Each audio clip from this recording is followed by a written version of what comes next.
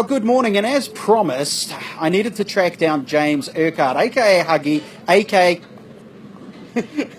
and we know what that is. Earlier I shared a post from his Mitre 10 Trade Racing site of his sideways drifting I Want to Be D1NZ champion attempt in the V8 Ute race, of which he came out unscathed.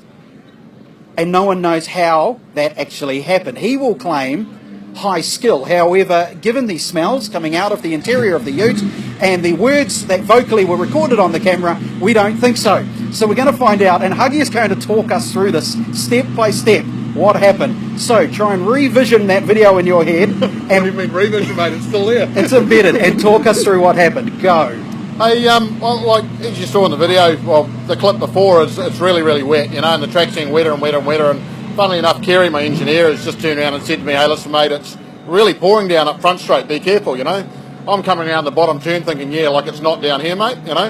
And we just came up over the top of the hill, and all that was my back tyre hit one of the painted lines for the pit boxes, and it was just enough to send it out. And from then on in, it was just hard lock over and hold on. And, you know, And a few words. No, I'm sure there was nothing on there, mate, you know. It must have been dubbed in later. Yeah. But we've worked out what it actually is. Like, the Mitre 10 Trade Race ute had a former life. Now, it was one of the Big Ben stunt utes, and it's quite used to doing that pit straight sideways. So we reckon the boys just reprogrammed it, and it's gone back to its former life. So, yeah, I throw a bit of the see. old stuff in, mate. So I actually thought those guys were really clever driving those stunt utes, but apparently I can do it too. You then seem to have one hand on the steering wheel, then no hands on the steering wheel, then one on the gear lever, then one on the key. What were you doing? Well, by the time I got to the end of the pit straight and I actually started trying to get some control back, I figured out that she'd stalled.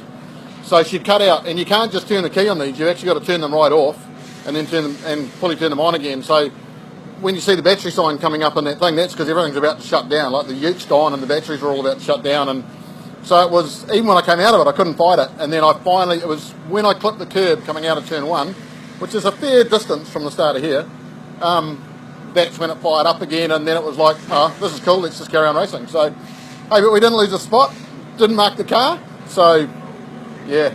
Look, it is one of the most dramatic videos we've ever seen from Hampton Downs. It will go viral, we know that. It was absolute insanity. He's still looking calm, as though it was just another day at the office.